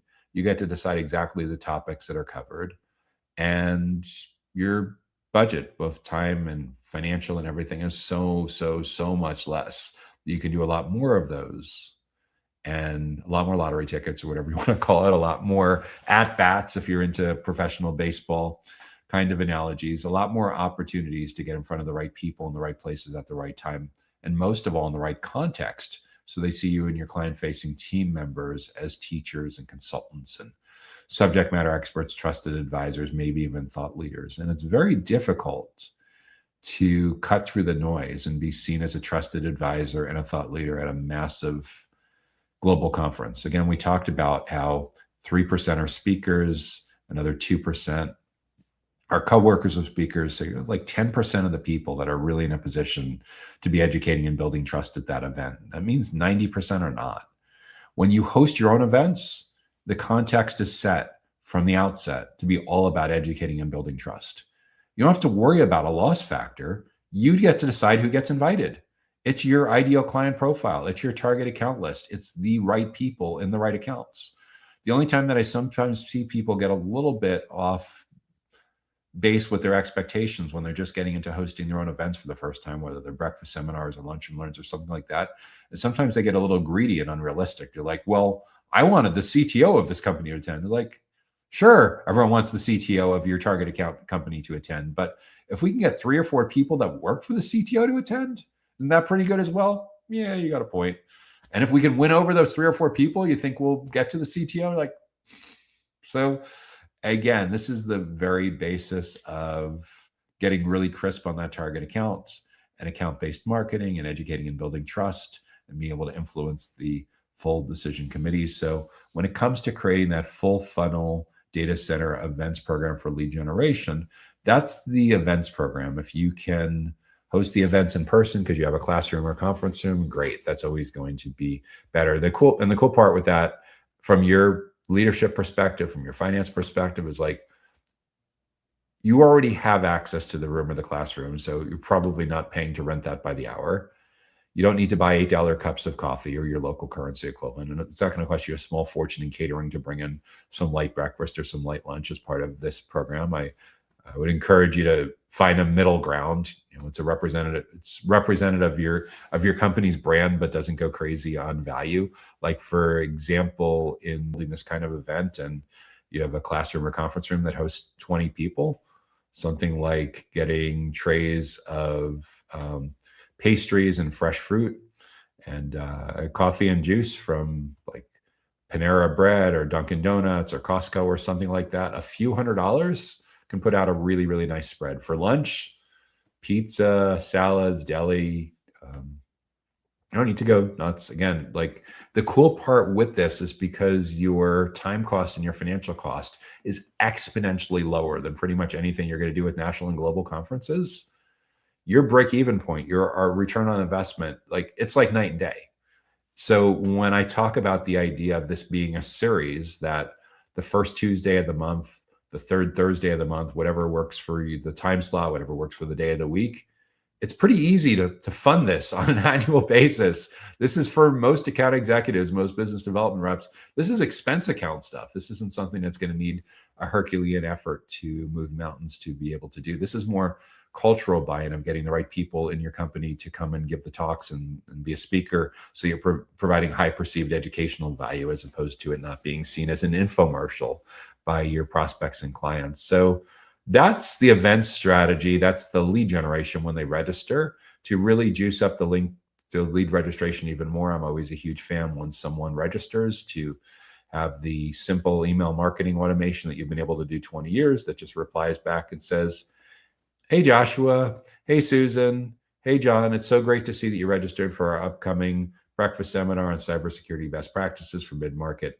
manufacturing firms. But when it comes to this topic, it truly takes a village. It's a team effort. There's usually people involved from operations, support, cybersecurity, compliance, finance. So with that in mind, who else from your team, from your company would benefit from attending?" Simply hit the forward button, add a thought or two on why this matters. And we know the teams that learn together grow together. That's simple.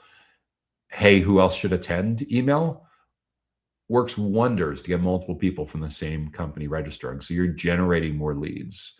You're proactively building consensus. You're finding out who else is on that decision committee, who else cares about what. When every registrant is asked, like, "Hey, what's your biggest question or challenge about your topic," or whatever, you're focusing on for that. So that does wonders with accelerating sales. Of course, when they register, the confirmation email can also say like, hey, you'll have plenty of chance to get your questions answered or meet with an expert from our team. But if you want to meet with someone before that, here you can book time on our calendar, and you can reinforce that on your confirmation page and on your confirmation email. So not only are you doing lead generation, you're actually doing sales cycle acceleration.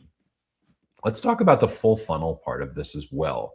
As I alluded to a few moments ago, because this is so much easier, so much less expensive to do relative to national and global events, you can segment and have a different series for each of your prioritized buyer personas.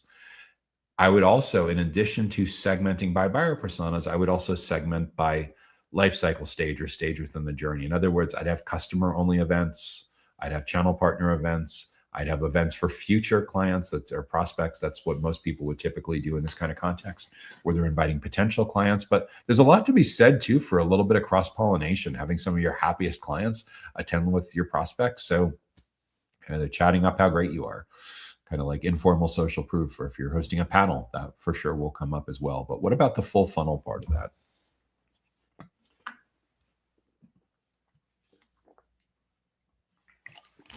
Where a lot of people miss the full funnel opportunity is the traditional webinar. The traditional event is usually about thought leadership, but that's not the only thing to think about.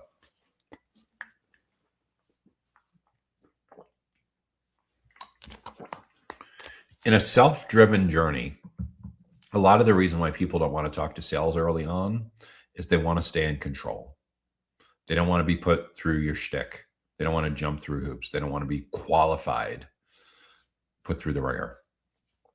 But there's a lot of people that want to learn more about your product or service that would be very interested in hearing a group session where they're not put through the ringer, where they're not qualified. And in the SaaS ecosystem, software as a service, this has been really popular for at least a decade now, and it's known a lot of times as a group demo. What a group demo is after someone has attended one of your best practices webinars, you'll give people the opportunity, usually as a call to action in the webinar, to click a button, essentially raise your hand if you want to schedule a one-on-one demo. But there's a lot of people that would like to see the demo that don't want to be put on the spot. So what you do the following week, and potentially the week after that, and the odd weeks when you're not doing the bigger event, is you invite them to a group demo. It's basically the same kind of content that you would cover one-on-one, except it's a handful of people, a couple handfuls of people, a couple dozen people. And instead of you calling on them individually and putting them on the spot, they're just coming to learn what it is that you do because they're curious. They've seen the thought leadership. They're really impressed with your team, and they want to know how specifically your company could help them. So usually in a simple 30-minute group demo, it's usually 5, 6, 7 minutes on some basic background trends. Usually you're sharing some industry data that validates something at the intersection of market research and some big goals and challenges that this particular buyer persona has. The middle, the sweet spot of that group demo, usually 6, 8, 12 minutes at the most, is the actual demo itself. And then you leave time at the end, the last 10 minutes, for some Q&A. That alone drives usually a lot of sales cycle acceleration. It drives a lot of alignment where someone that's a junior stakeholder or a senior stakeholder invites their peers to learn along with it. The analogy that I use is, think about someone has a booth at a conference, and as part of the booth at the conference, they give a demo of their product or service every 15 minutes or every 30 minutes. And they have a sign up that says rolling demos on the quarter hour, at the top and the bottom of the hour, whatever it is. There's a little sign to come back, and there's someone standing around a screen. It could be the CTO, it could be a product manager, whatever it is. And they have a wireless headset on, and there's a small group of people that are gathered around, either standing or sitting in some rows of chairs, seeing this live demo and asking some questions. And that alone, a lot of times, generates a lot of interest. Now, if you've ever been to conferences, you'll likely observe that even when that booth isn't overwhelmingly crowded, there's people that are standing in really close proximity to the person running the demo. They're standing or sitting or what have you. And then there's usually some additional people that are standing at the extreme edge of that booth, perhaps even not on the carpet of that booth, and more in the aisleway between that booth and other booths. Why are they standing back that far when the booth isn't that crowded? It's a great question. They're standing back that far when the booth isn't crowded because they don't want to be called on. They don't want to be put on the spot. So it's very similar to if you think back to someone in high school or college that goes into a big lecture hall that sits in the back row. Why are they sitting in the back row? Because they don't want to get called on. That's all the more reason why that annoys a lot of professors many times, and they want everyone to move up to participate. But they're standing just outside of your booth on the edge of the carpet in the aisle because they don't want to be put on the spot. They don't want to have their badge scanned. But they're interested enough that you can see they're on their phone and they're slacking their boss or their coworker who's a couple hundred yards away. Hey, you got to get over to booth 17 and see this. This is exactly what we've been talking about. This is the person who attends the group demo. They're super interested in learning more. They're super interested in sharing it with their coworkers, but do not prospect them aggressively. Don't scan their badge. Don't put them through a traditional sales process.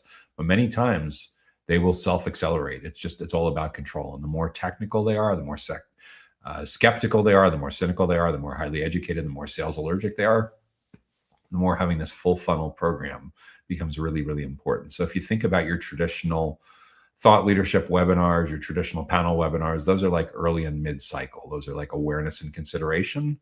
Group demos are more decision stage. And again, they started in the SaaS world and it's very conducive to where you can give a screen-based demo.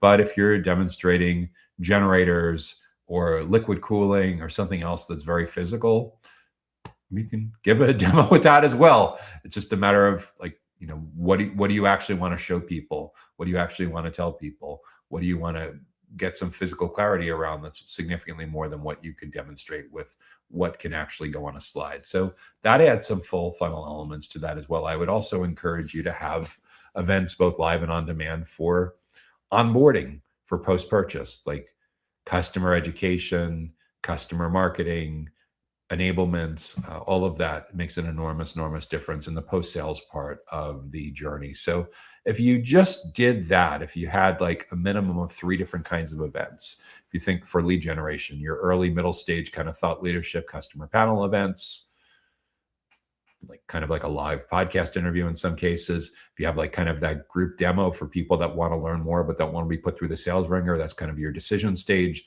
late buyer's journey stage part for a lead generation, and then post-purchase. What can you do in a one-to-many fashion to help them get their initial value, intended value, extended value, so they onboard successfully, become huge fans of your platform and great promoters that help you to generate more leads from their friends and colleagues. So that's what I'd be thinking about for best practices and strategy that goes into creating a full funnel data center events program for lead generation. Okay, what is up next?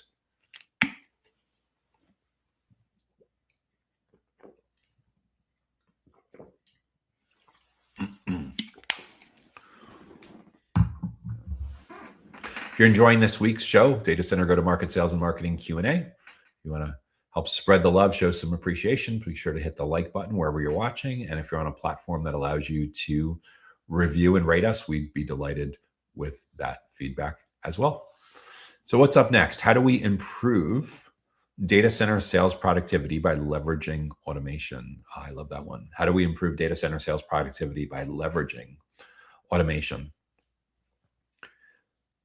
So in many ways, this is a issue that needs to be tackled at the most senior level of your organization. And the smaller your organization, the more this goes all the way up to the C-levels in terms of strategy and resource allocation.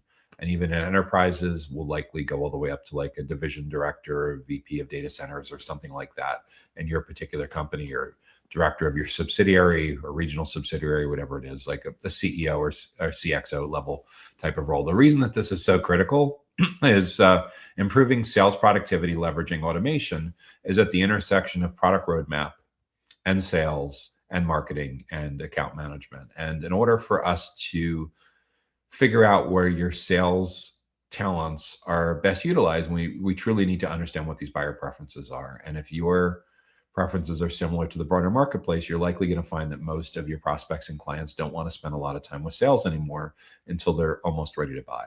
So what that means is all the basic education is happening without your salespeople running the education like they used to. I mean, as recently as 10 years ago, your account executives, your business development reps were in there for roughly half of a typical sales cycle. Now they're lucky if they're in for the final 10 or 15%. So that changes the nature of their role in that there's fewer conversations, but the conversations that they're going to have are way more technical and there's a lot more at stake. So this changes the nature of who you hire.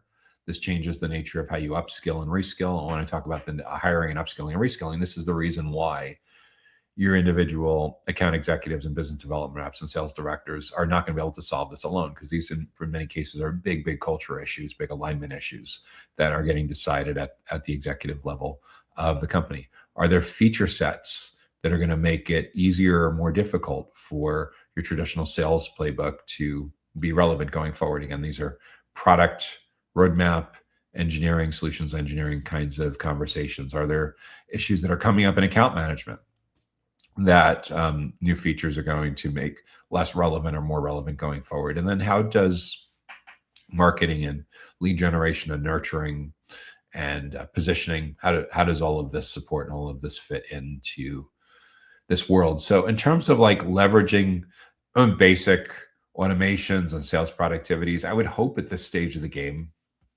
that your company's CRM tools cover the basics, like automatically enriching company records, automatically logging calls, automatically logging video meetings, automatically logging emails. If you still have your sales reps using archaic CRM systems that require a lot of manual labor and they're constantly complaining about your CRM, like, yeah, that's some pretty big, that's some pretty big internal friction to address.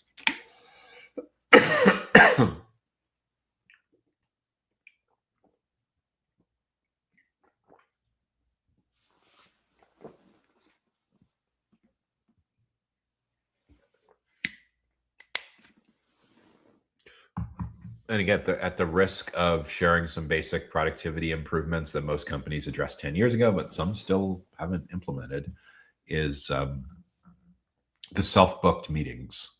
So if your BDRs and SDRs and AEs and account managers have this back and forth with prospects and clients with, hey, I'd like to set up a time with meet with you. Oh, are you available Tuesday from 3 to 11? No, not available at either of those times. And you suggest some other times. That back and forth wasted an enormous amount of time and gives a crappy customer experience. One of the biggest automations that most people have leaned into, and again, this isn't new, this is most sales teams that are using modern tools implemented this 10 years ago. If your team hasn't, rest assured you're torturing your prospects and clients with making them jump through hoops and creating friction that's making you look very uncompetitive and like a pain in the ass to do business with. So if you haven't done something like that, I would like implement it yesterday. There's some hardcore people though that feel that asking your prospects and clients to find a time is insulting to them and wasting a lot of time. So kind of if you feel like that, the happy medium with that is please find a time that works for your schedule, or if you need help finding something that works for your situation, suggest 3 or 4 times and I'll see if I can move things around to accommodate. That's kind of the happy medium with all this, but just to understand the default playbook, 80 or 90% of people in sales at this point have, and most of your technical prospects, they don't want 6 or 8 rounds back and forth. They know they want to spend time. They don't want to spend a half hour booking a 15-minute meeting. They want to pick a date and time, get it on your calendar, and get their answers sooner rather than later. In a perfect world, they really don't want the meeting at all. They want to self-serve. They want to get the answers. And they're kind of frustrated that they can't get the answers from your website, that they can't get the answers from a simple search or ChatGPT kind of conversation. But in terms of like leveraging automation, like, yeah, the internal tools for reducing internal friction. We just talked about a great example of reducing external friction. Another huge thing with automation is as you're building your lead generation conversion paths and you know the typical journey, the breadcrumbs that someone goes on and what they want to know at various stages, the better job you can do with using the real estate on your confirmation pages and on your confirmation emails to suggest the next logical step. Not only does it help improve sales productivity and automate, but it can result in quite dramatic amounts of sales cycle acceleration. This is how you take someone who is a complete stranger, who converted on your website and has consumed several minutes, maybe several dozen pages of contents and videos over the last hour or two. And they're so bought into what you're talking about and so aligned and so on the same page with how you explain best practices in your category. They're like, okay, yeah, sign me up. So if they don't have the ability to actually sign up then and there, in other words, taking out a credit card and being able to self-sign up and self-onboard, the next best thing is they want to self-book time on your calendar. So again, that's a form of automation as well, as understanding the journey well enough to understand what step 2, step 3, step 4 looks like, and keep feeding those to those one after one.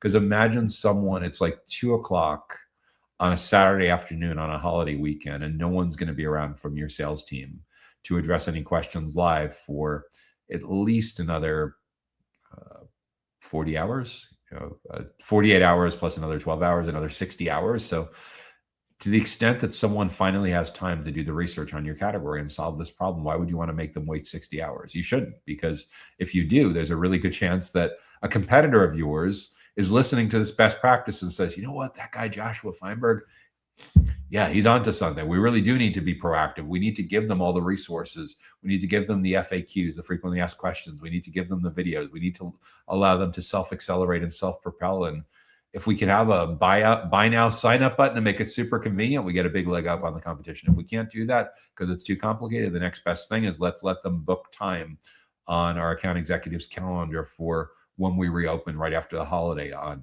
Tuesday morning. But that's still 55, 60 hours later. So we want to make sure that we have lots of options to be able to leverage automation and acceleration. Integrations between tools are another big issue that messes up a lot of sales teams and messes up a lot of companies. And this is an especially big issue if your company's been through a lot of mergers and acquisitions, M&As, in the last several months, the last few years. And it used to be that that was primarily something that I saw happening in large numbers among data center operators, especially co-location providers.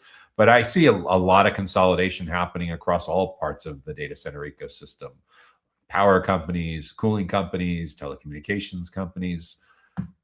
There's a lot to be said for being competitive requires resources, a lot more resources than it used to be competitive. What we're talking about, building a brand, services, capabilities, CapEx, OpEx, financing, what have you, that are causing a lot of companies to, and as a result, as a byproduct of this consolidation, a lot of times it creates a mess among tech stack. And that mess among tech stack creates internal friction and external friction and a crappy prospect experience, crappy customer experience. So there's a lot of pressure usually immediately following these mergers for sales ops, marketing folks, IT folks to really get their together and figure out how to make all these systems talk together. So in the meantime, like from like a grassroots practical level, especially among smaller companies, like I've been standardized on the HubSpot platform since 2010, for a long time at this point. And I've been heavily biased when I look for third-party tools at looking for tools that natively integrate with HubSpot. No API required. Next best thing is, like, a lot of times the tool integrates with HubSpot, but you do it through a simple user interface that doesn't require development coding, like Zapier. It's cost effective, pretty straightforward to be able to set up. So that also can be great for automation as workarounds, where you have multiple systems to make sure that you don't accidentally send tone deaf messages to prospects that make them like where it was only intended for customers, or vice versa. Or you're sending stuff to channel partners that was intended for end users or something like that. So if you have a lot of those oopses going on, and the cost of those oopses can be really expensive, both financially and in terms of brand damage, that's another form of automation that I would also be leaning into to provide air cover across not just your sales team, but your account managers and the full go-to-market team. So those are some core areas that I'd be thinking about for improving sales productivity with leveraging automation, to the extent that your sales team members as well can be sharing content, educational content on their LinkedIn feeds that help to educate and build trust with their prospects. I think that's a huge win. There's a lot of companies with some really messed up thinking in that category, where they only allow people to share pre-scripted, pre-approved content that's very sanitized. So It tends to be very self-serving. It tends to be about clap for us, we're wonderful, and doesn't really have a point of differentiation and doesn't really share personality. But to the extent that your sales professionals can either be sharing helpful tips and hints or sharing unique resources with, or sharing some industry resources with their own unique insights attached to it. Like, hey, I went to a conference and I attended this breakout session with this industry expert, and these are my top 3 takeaways. Or I read this new report that came out, and these are the 5 areas that I think are most relevant for IT executives and manufacturing companies. Whatever it is, like, it can be your own thought leadership. It can be you summarizing and adding your own takeaways and spin on other people's. But the key thing is you're sharing educational content that isn't just, hey, we won an award. We hired a new person, clap for us, we're wonderful. Yeah, your coworkers, your boss certainly want to clap for you with that. Maybe some of your channel partners might, but the reality is the much bigger part of your funnel, the prospects and the big part of the audience that you're trying to educate and build trust with, what's in it for them? Share tips, useful information, and best practices that they can say, wow, that guy Joshua, that lady Susie, she really knows her stuff. Like, I keep seeing these great tips. Maybe I should reach out to her and set up time to talk to her, because I think we're going to be getting ready to buy something similar to what their company offers in the coming weeks. So that's another kind of way to get leverage and automation, is when your sales team is aggressively growing their first degree connections in their target accounts and committed to sharing helpful content. It can be text-based content, it can be image content, it can be photos, it can be video clips, or all of the above. One, the challenge is making it show it provides value to the buyer personas and not just value to you. It can't be selfish. And second, the thing that stops most people from getting started before they ever start is, even if they want to start, a lot of times their employers, for their own selfish reasons or fear reasons or risk aversion or living in the past, dinosaur logic, whatever you want to call it, are literally blocking their employees from being able to have a differentiated point of view and being able to share helpful, useful information. And like, I don't know, what's the next step? That you follow your employees around at a conference with a cattle prod or a taser, and if they say something that's off message or off script at the bar or over coffee or something like that, you zap them. Like, it gets a little ridiculous at some point. But it's interesting with hosting the Data Center Go to Market podcast. I've had a lot of well-intentioned people that want to appear as guests on the podcast, and their employers don't necessarily differentiate between whether they're doing an interview on BBC or Bloomberg or CNBC or something like that, or coming on the Data Center Go to Market podcast. It's like, they don't care whether they're in front of tens of thousands or hundreds of thousands or a few hundred or a few dozen. Like, this censorship of employees like messes up not only your own individual brand, but your team brand and your company brand at a time when you really could be improving your sales productivity quite dramatically and leveraging this as another form of automation. But again, if you're in a position to be able to affect change in this, understand this is one of the most important competitive battlegrounds going forward in a self-driven buyer's journey. So if you're preventing your employees from being able to participate in LinkedIn in this fashion, you're really doing not only your company, you're not only doing these individuals a disservice, you're doing your company a disservice. Now, that's not to say that it can be the Wild West and they can go say whatever the heck they want. There can be guidelines, there can be some training and everything like that. But increasingly, I see that being a really important part of the playbook. It also helps to justify, like, when you just gave them $30,000 or your local currency equivalent for them to attend 8 or 10 conferences over the last year. This gives them a little bit of ability to document like what they learned, what some of the best practices are, and get more leverage out of that selfie by explaining the context of that and how their prospects and customers and clients that follow them that are connected with them on LinkedIn can get some learnings out of that. The way you'll know it's working is in LinkedIn, there's a little icon besides, there's like the like button, there's the green button to celebrate, and there's a little yellow light bulb for sharing insights. If they're getting a lot of people that are clicking the little yellow light bulb that they're sharing something that's insightful, I think that's a pretty good step in the right direction to help further this idea of improving sales productivity by leveraging automation. Video is a big one too. Much faster to build know, like, and trust and emotional resonance with being on camera, whether we're talking about a Zoom meeting, whether we're talking about a Loom video, like night and day with being able to build an emotional bond. You know, obviously in a perfect world, you want your prospect or your client to have their webcam on as well. But even if theirs is turned off, just yours being on, coming across as genuine and authentic, friendly, approachable can make a world of difference for being able to convey complex ideas and enthusiasm and sincerity. So those are some basic best practices that I'd be thinking about for improving data center sales productivity while leveraging automation. If you have an idea for a topic or a question or a challenge that you think we should address in an upcoming show, be sure to share that in the comments wherever you're watching, and we'll add that to the consideration queue for an upcoming episode. So what is up next? What's our final question that we're going to be addressing this week?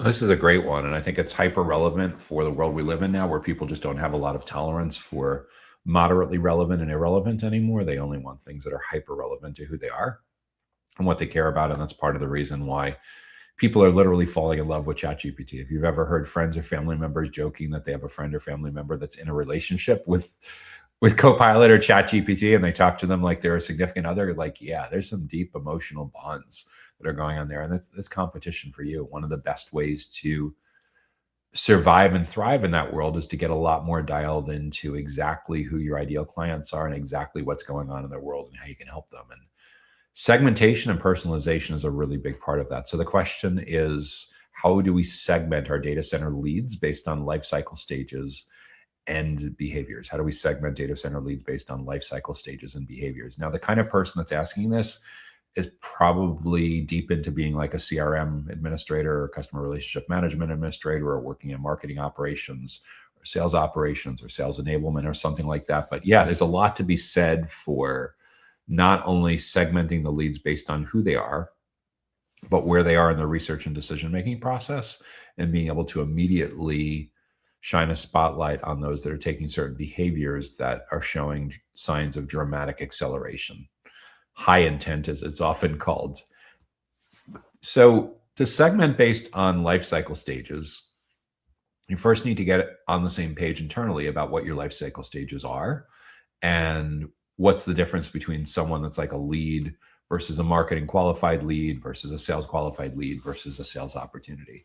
This is a big issue because, especially among small and mid-sized companies that I consult with, and I've hosted on the podcast and known over the years, there's a lot of disagreement internally about what a lead is. From a marketer's perspective that's trying to meet their key performance indicators and their objectives and key results and show that they're making some progress and moving the needle, a lead could be a badge scan that someone that visited your booth at a conference that you sponsored. It could be a subscriber to a newsletter list. It could be a registrant for a webinar. It could be someone that downloaded an ebook or a special report or something like that. It's a lead. It's a person at a company. In a perfect world, it's enriched so you know like what the company is, their size, their location, and this person's job title. Is this person ready to talk to sales? Are they ready for a sales conversation? In most cases, probably not, but it's leads. There's people too that scrape lists from the web and call those leads. Okay. Technically, that's a lead as well. So how do you get on the same page about like what's a lead versus what a salesperson calls a lead? Now, an account executive, they want to spend all their time talking with people that are high fit, that fit their ideal client profile perfectly and are showing high signs of interest, that are almost ready to buy. And they want all the heavy lifting to be done with marketing and with their sales development reps, with their business development reps. So by the time they show up, it's already a qualified lead or on their way to being a qualified opportunity. So there's a lot of disagreements among different stakeholders. And the bigger your company is, the more likely it is that this is already fleshed out. The smaller your company is, the more there's likely a lot of ambiguity around this. So it's really important to get your leadership together and get on the same page about these different life cycle stages and what they really mean, what you're going to measure, and what you're going to focus and optimize around. Another point of confusion also a lot of times too is there's life cycle stages, there's buyer's journey stages, and there's deal stages. In my training course, the Go-to-Market Strategy Reboot Camp, I talk a lot about this. There's a couple slides, a couple short videos that deals with this very topic. Like in a buyer's journey, you think about the earliest stages where someone has a problem or a solution. They're like in the awareness stage.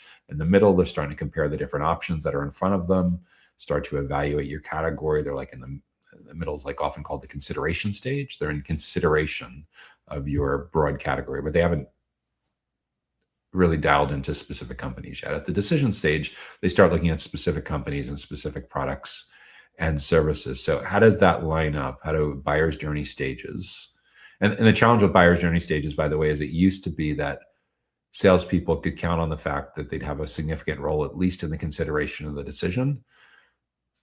Although a lot of times they were locked out of awareness. Today, awareness and consideration are pretty much all self-serve, and you're only getting a role in decision.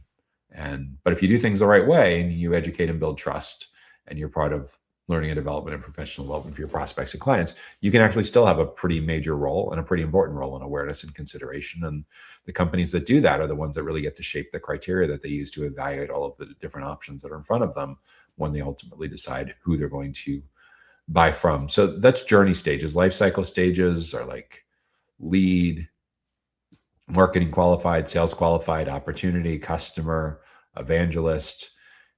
These are classic categories that have been around in CRM technology for well over a decade.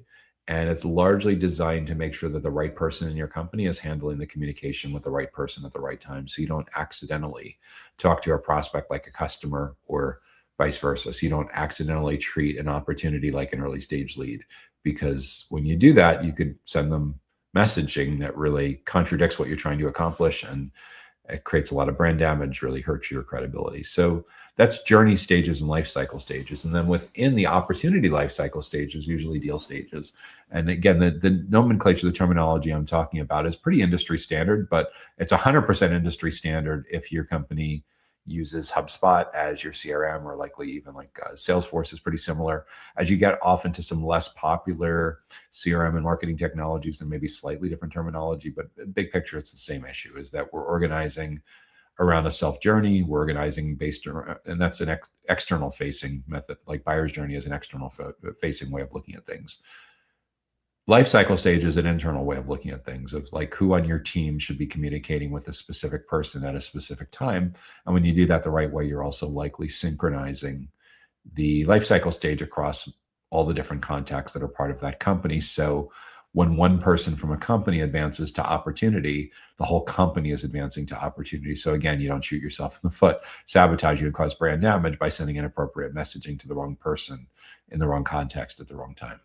Then within the opportunity life cycle stages, deal stages, and that's what your sales leaders and your pipeline and your deals forecast obsesses over trying to get right. And it's more art than science. There's definitely some science to it, but this is where you say that, okay, buyer takes a certain behavior, they're at 10% likelihood to close. Buyer takes this next behavior, they're at 30% likely to close. And this is where you're taking the probabilities, multiplying it times an average deal size and a forecast date. And this is what's helping you to calculate in theory what's sitting in the pipeline and closable at any given time. And notice I said when buyer takes step, buyer demonstrating an action. So in terms of segmenting based on life cycle stages and behaviors, so those are three different segmentation strategies. When it comes to behaviors, we're also really very focused on okay, they did something on your website that indicates that they're showing a much higher sign of interest than you thought they were, either currently or you thought they were a couple of weeks ago or a couple of months ago or a couple of days ago when a human from your team last looked at this lead. What would be a behavior that they might take that would indicate a high sign of interest? Well, the most explicit sign of behavior that would indicate a high sign of interest is filling out a form that says, I want to talk to a salesperson. Or the higher value-based version of that is, I'd like to schedule a free needs analysis, a free consultation, schedule a tour, something that can have some benefit bullet points around it, as opposed to the more, I don't want to say crass, but the more simplistic, schedule a time to talk to sales. What can we do to provide more value around it? So that's a much more obvious behavior where they know that you know. A less obvious version of behavior is, okay, we have a known contact and they're looking at your pricing page. And not only are they looking at your pricing page, they looked at your pricing page just now, and they've looked at your pricing page 10 times over the last 7 days. Wow. They're pretty interested in your pricing, which probably means they're also pretty interested in your product, which means they likely even have some questions or some concerns about your pricing and product. That's for sure something that should be segmented and sent immediately to the contact owner, the account executive who is assigned that contact, or rotated into assign that contact. And the way most companies would do that is they usually have depending on the value of the interest and the intent and the level of how close that is to your ideal client profile is typically multiple messages. An email will go, an SMS message will go, a Slack alert will go. Something will jolt them out of their chair with a big sign that pops up and says, "Pay attention to this lead." No, they won't do that last thing, but they will for sure do SMS messages and Slack messages and emails. There's usually, and a lot of times too, a task is created with your team lead, so they can check and make sure that this hot, high intention opportunity isn't being ignored with this sign of strong behavioral interest. So what else besides a talk to sales? What else besides a pricing page view? A contact view. They're curious about where you're located. Looking at some kind of social proof or testimonials or reviews. Again, that's for sure sending signs of interest. Looking at a specific product page, like you thought they were your primary buyer persona, but they're looking at your secondary personas page on your Who We Help page on your website, and they keep looking at that secondary persona page repeatedly. Does that mean that the segmentation that you have in your database is likely wrong, and they identify more with your secondary buyer persona than your primary buyer persona? So in terms of, that's how you could certainly segment based on a behavior. And what would you do at that point? You'd probably assign a task to the assigned contact person to review this person's contact timeline, look them up on LinkedIn, and figure out if they're in the right category, if they're being nurtured properly, if they're being worked properly by your sales team. What are some other behaviors that would indicate high interest besides like looking at a pricing page, looking at a Who We Help page, looking at a contact page? Opening emails. And the technology and the privacy environment with being able to track that is certainly very different today than it was 10 years ago. But if you sent someone a register for events, schedule a consultation, whatever, and you keep seeing that they're opening and opening and opening, it's possible that they're false positives. It's possible you don't see it at all because it's being blocked, but that can certainly be a behavioral signal. And then there's also a number of other related type of signals that can show up that are set up by your marketing or sales technology that can help you better segment your leads based on the stages and behaviors. Webinar attendance, event attendance, that almost always indicates that someone is definitely a little bit more interested in at least learning. The person that attends 100% or 80% of a webinar is certainly usually more interested than the person that only attends 3 minutes. Of course, if they go and a day or two later, they watch 100% of a recording, that sends a pretty positive signal. If you see them watching the recording repeatedly, that again sends a positive signal. Another interesting behavior that you can track in most CRMs as well as seeing additional contacts from the same company that are being added. That usually tells you if you haven't initiated that. In other words, if you're not running like account-based marketing type of ads using like LinkedIn Campaign Manager or doing outbound, more than likely the source of that growth of number of contacts in your company, in that particular company, if you're not adding them manually, is they're talking about you, which is great, usually. Hopefully they're saying good things about you, but that's usually a good thing to see that, we went from having 3 contacts in this company to having 13 contacts in this company over the last 7 days, 10 new contacts. Who are these people? What are they looking at? And how can the account executive who's working this account learn from these additional conversions and how they're interacting with our content? So there's a lot of cool things that you can see both by inferring and seeing things that are like inferential stuff is stuff that you can see based on behaviors. And then there's explicit things where they know they filled out a form and they're expecting to hear from someone like you. But all of those can be great strategies for segmenting and better personalizing the experience, and kind of the sky's the limit with what you can do. But if you're looking to reduce internal friction, if you're looking to provide a better prospect experience, provide a better customer experience, and be competitive with how others in your segment are likely running their marketing and sales, modern marketing and sales playbook, I'd think long and hard about what you can do to level up on better segmenting your leads based on both life cycle stages and behavior. So again, that's how I would think about what you can do to drive big improvements for both internal and external purposes, for lead generation, for sales cycle acceleration purposes, for eventually net promoter score purposes, with more satisfied prospects, more satisfied clients. When it comes to segmenting your data center leads based on both life cycle stages and their buyer behaviors. So that's the final question that we'll be addressing in this week's Data Center Go-to-Market Sales and Marketing Q&A show.